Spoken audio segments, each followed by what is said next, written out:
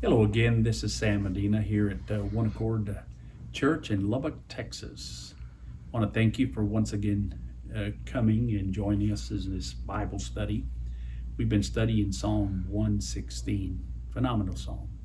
Psalm that can help you through the pains of death, the pains of sorrow, the things that you might be going through when just don't know what else to do, when you just throw up your hands and say, I give up. Psalm 116 is here for those of us that have hurt that way, and most people have. And I want to continue this study. We started off at the beginning with the first two verses where the psalmist says, look, I want to tell you what happened to me. It's his testimony, if you will. It says, I called out to God and he heard me. Not only did he hear me, he came down to my level and just inclined his ear and was very attentive to me. And then I told him what was wrong. Last week we read verse 3, and I want us to read 3 and 4 this time around because I think it'll help us understand. Now that God is listening to him, he says, the pains of death surrounded me, and the sorrows of Sheol laid hold of me. I found trouble and sorrow. No matter where he looked, all he found was trouble. All he found was sorrow. He didn't know what to do. Then he does something very interesting. He says something simple yet profound. He says, then I called upon the name of the Lord. Now listen to what he says there. Then I called. Kara is the Hebrew word. Kara. And it simply means to call, to cry, to utter, to make a sound. Perhaps through the tears he's making these sounds where he's calling out to God. You ever been there? You ever been praying and the tears are flowing, but yet you're talking to God? Have you ever seen a child talk to you through the tears and no one else can understand them, but you can understand what they're saying because you're their father or you're their mother. And through those tears and the muffled words that come out of their mouth, you understand completely. But you see, God understands you. And here he says, I cried out.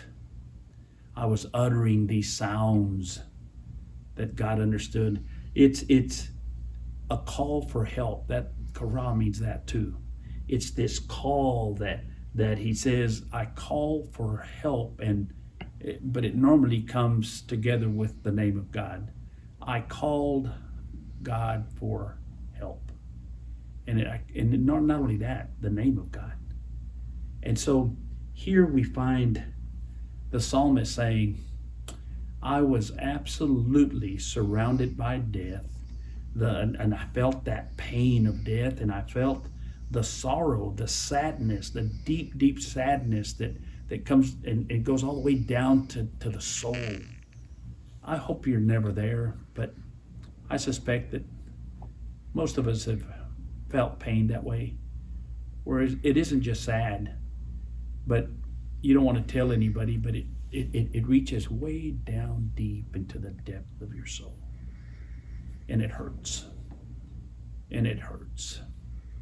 And when no one is watching sometimes, or at night when no one sees, when the tears come because you're so hurt, you know what you ought to do? Do what this psalmist did. He called out to God. Kara. It's a plea for help. It's a call. He proclaimed. That's another meaning of kara. To proclaim. What did he proclaim? I'm sure he said, God, just like he said at the beginning, I called upon you and you heard me. And I know that you hear, God. So when I'm surrounded by all these problems and even to the point that it feels like I'm about to die, when it's killing me, in other words, God, I call upon your name. Let's read that again. Verse 4 says, then I call upon the name of the Lord. The name. Isn't that something? Now my question to you would be, which name? Well, the name of the Lord. Well, which one? Did he call out, Father, my protector, protect me? Father, my strong tower, fight for me and surround me? Did he call out, God, my provider, provide for me, provide peace? Did he call out, Father, you are peace. I need your peace. Did he call out Jehovah Rapha, the God that heals? What name did he use? My favorite name, I tell you, there's all of them are favorites, but because they're all unbelievable. All these names of God, they not only give us his name, but they give us his attribute. And his attributes, I should say, his character. My favorite name for God is Father. You know, the Bible talks about how Jesus said to the disciples, look, I'm headed for heaven, and I'm going to go prepare a place for you. So that where I am, that's where you're going to be. And he says, I go to my Father's house, so where I am, you may be there too. That's a pretty good place. I remember I grew up in a little town called Crosbyton, Texas, great little town. And that's where my dad lived all his life. After I moved out, he lived there. And I came and I moved away to go to college and then started a business and stayed where I lived. And then from there, I would go on weekends sometimes. I'd go see my mom and dad. And anytime I walked into that house, I didn't have to ring a doorbell or knock on a door. I just walked in. You know why? Because it was my Father's house. And I was welcome there. I wasn't a guest.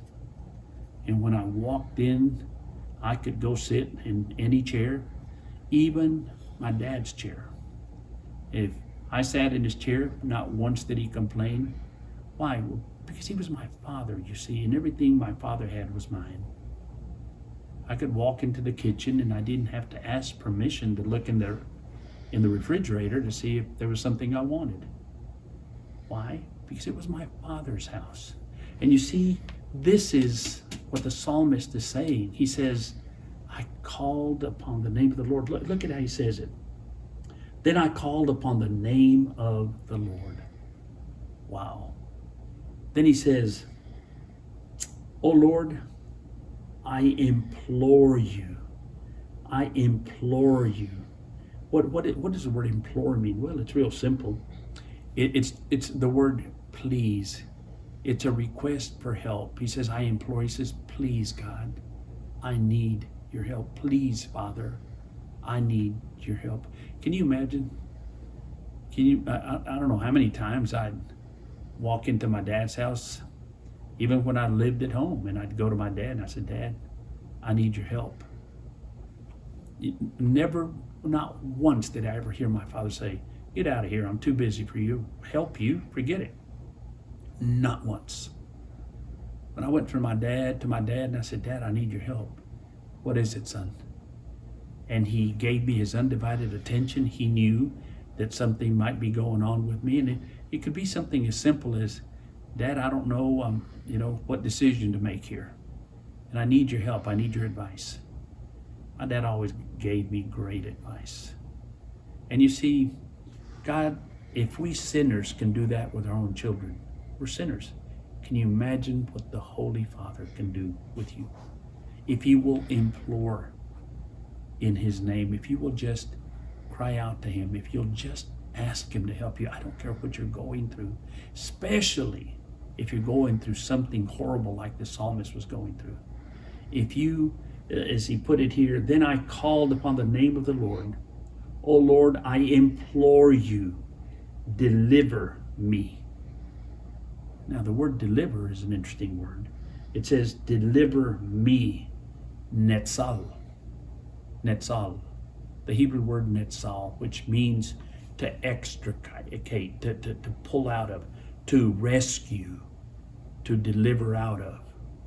You see, it's much like sometimes you'll see a movie of maybe some members of the military that are trapped someplace, and they send somebody to extricate them, to pull them out, you see, to rescue them. Well, that's what the word deliver means, netzal. And that's what the psalmist said. He says, I called upon the name of the Lord, and I implored him. I said, Lord, what is it? Deliver me. Deliver. Rescue me. And I want you to come back next week, because I want you to see how God delivered him. I want you to be part of this Bible study next week. And we'll continue to read his word here and just study it together. And you and I can see how God works. You see, at the end of the day, it's this: just when all seems lost, it's God to the rescue. I leave you with this week. God never abandons the ship. He does not abandon the sinking ship. Just ask the disciples if you could. He never runs away from the storm. Once again, just ask the disciples. You see, he has promised to never leave you nor forsake you. If you are his child, he will never leave you, never will he forsake you, and not even the devil can pluck you out of his hand. He will deliver you. God bless you, and hopefully we'll see you here next week.